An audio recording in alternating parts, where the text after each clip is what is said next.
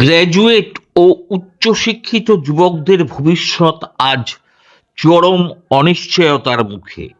রাজ্যে স্থায়ী কর্মসংস্থানের সুযোগ সৃষ্টি না করে মাননীয়া মুখ্যমন্ত্রী বারবার শিক্ষিত যুবকদেরকে চপ, ঘুগনি, ঝালমুড়ি বিক্রির পরামর্শ দিচ্ছেন, যা শিক্ষার মর্যাদাকে অবমাননা করার শামিল।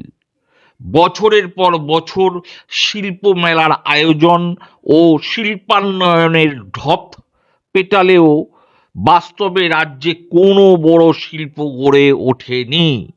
ফলে বাংলার ভবিষ্যৎ শিল্প বলতে যেন আজ আলুর চপই দাঁড়িয়ে আছে। এই কর্মসংস্থানহীনতা ও সরকারের ব্যর্থ নীতির প্রতিবাদে বিজেপির জেলা সভাপতি শঙ্কর মাহাতোর উদ্যোগে পুরুলিয়া ট্যাক্সি স্ট্যান্ডে প্রতীকীভাবে চপ বিক্রি কর্মসূচি করা হয়েছিল। এই কর্মসূচির মাধ্যমে রাজ্য সরকারকে বার্তা দেওয়া হয়, শিক্ষিত যুবকদের বেকার করে চপ ঘুগনি বিক্রিকে শিল্প ও আত্মনির্ভরতার উদাহরণ হিসাবে তুলে ধরা কখনোই গ্রহণযোগ্য নয়। এই বিষয় নিয়ে বিজেপি তীব্র প্রতিবাদ জানিয়েছে। অবিলম্বে প্রকৃত শিল্পান্নয়ন ও স্থায়ী কর্মসংস্থানের দাবি জানাচ্ছে তারা। পুরুলিয়া থেকে সিদ্ধার্থ সেনের রিপোর্ট। আপনারা দেখছেন নক্ষত্র নিউজ, যেখানে আপনিও নজরবন্দি।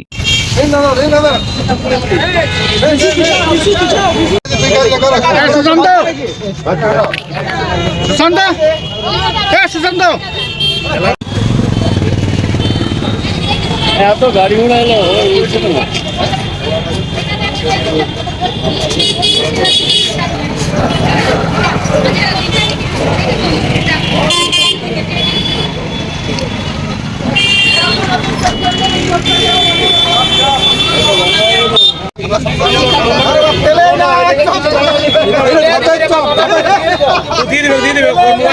ছেলেটা কোথায় গেল? সামনেটা সবাই খালি করো, সামনেটা খালি করো, চপ চপ আপনারা একটু খান, চপ আপনারা এখন খান আরাম করে। ঘুগনিটা আমার বাড়িতে বউ তৈরি করছে, ঘুগনি করছে, এখন একটু দেরি হবে, ঠিক আছে? নিশ্চিন্তে খান, কিন্তু পয়সা দিয়ে যাবেন, ঠিক আছে?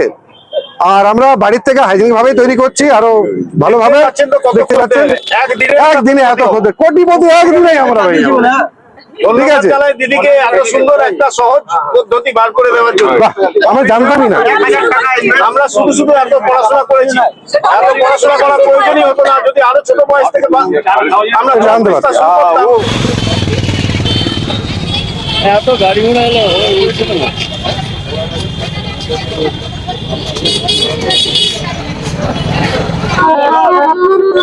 দিদিমণি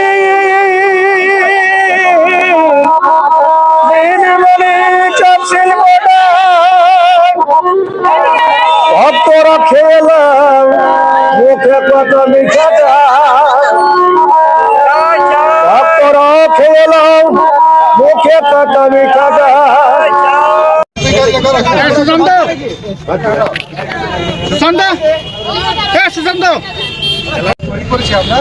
আমরা সবাই কিন্তু কেউ ইঞ্জিনিয়ার, কেউ মাস্টার ডিগ্রি, কেউ আছে, তো দিদি হলো অ্যাকাউন্টেন্ট।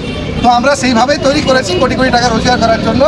ইঞ্জিনিয়ার ঠিক করে বানাচ্ছেন, দারুণ করে বানাবেন ইঞ্জিনিয়ার, ঠিক আছে?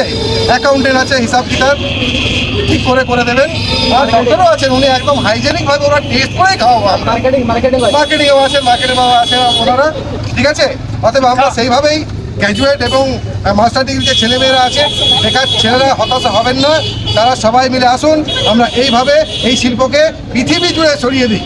একদম একদম একদম চপ ঘুগনি সব একদম এগিয়ে বাংলা, বাড়িতে বাড়িতে চপ শিল্প বাংলাদেশে আমরা এটা এক্সপোর্ট করবো। চপ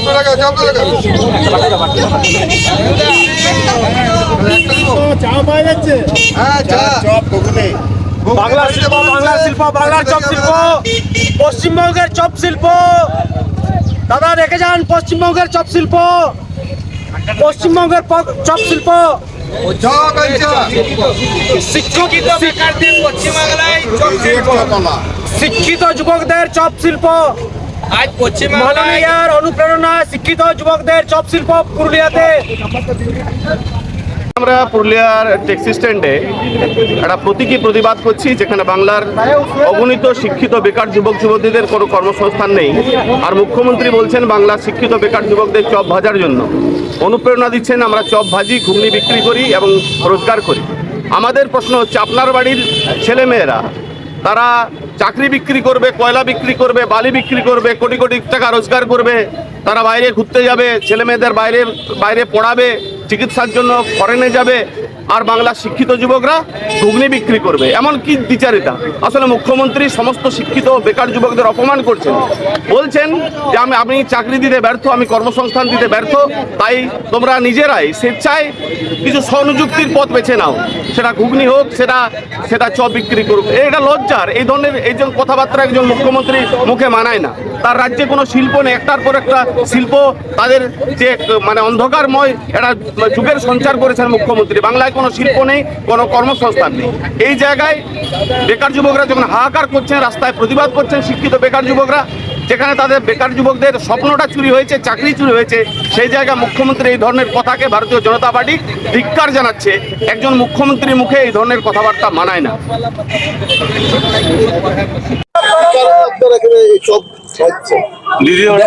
দেখুন, পশ্চিমবাংলার মুখ্যমন্ত্রী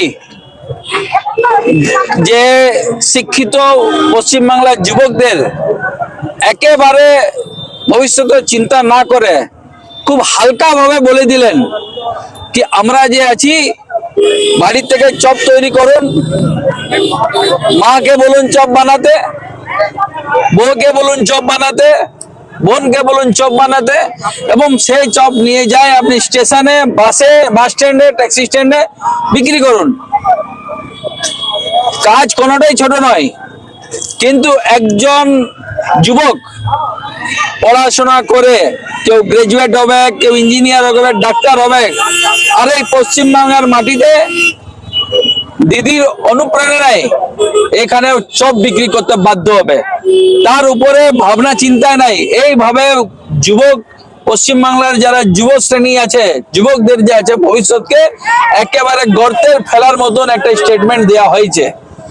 আজ আমরা এখানে উৎসবের দিন, বড়দিনের পরের দিন, যেখানে সবাই পিকনিকে, কোথাও ছুটিতে, কোথাও ব্যস্ত আছে, কিন্তু পশ্চিমবাংলার যুবক আজকে ব্যস্ত আছে চপ বিক্রি করতে। কেন কি তাদের কাছে জায়গা নেই, কোথায় যাবে, কি মনে খুশি আনাবে? কেন কি বাংলায় ভবিষ্যৎ অন্ধকার। তার প্রতিবাদে আজকে আমরা একটি প্রতীকী এখানে চপের দোকান করেছি। মানুষকে এখানে চপ বিলি করে আমরা প্রতিবাদ জানাচ্ছি এবং মানুষকে জানাচ্ছি কিভাবে এই রাজ্যের যে সরকার আছে যুবকদের ভবিষ্যৎকে নিয়ে ছিনিমিনি করছে, খেলা করছে। তাই এখানে দেখুন আমাদের দোকানের নাম লেখা আছে গ্রাজুয়েট চপওয়ালা। আমরা গ্রাজুয়েট লোক পশ্চিম বাংলায় চাকরি, ব্যবসা, শিল্প, ফ্যাক্টরি এইসব আর আশা করতে পারি নাই।